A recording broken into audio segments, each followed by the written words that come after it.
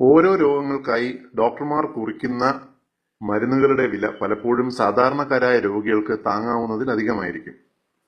ഓരോ മരുന്ന് കമ്പനികളും ഒരേ മരുന്നിന് വാങ്ങുന്ന വിലകൾ പലതരത്തിലാണ്.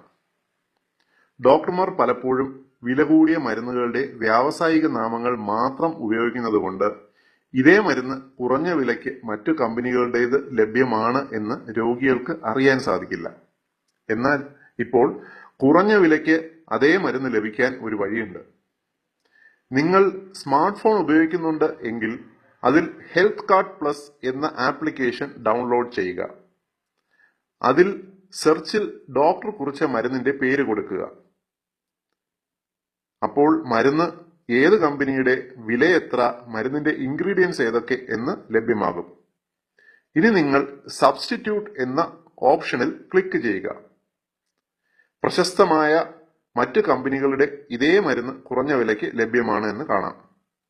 ഉദാഹരണത്തിന് കേരളത്തിലെ ഡോക്ടർമാർ ഇപ്പോൾ സാധാരണ കുറിക്കുന്ന ആന്റിബയോട്ടിക്കായ ഓഗ്മെന്റിൻ ഡിയോ ടാബ്ലറ്റ്സ് നോക്കുക.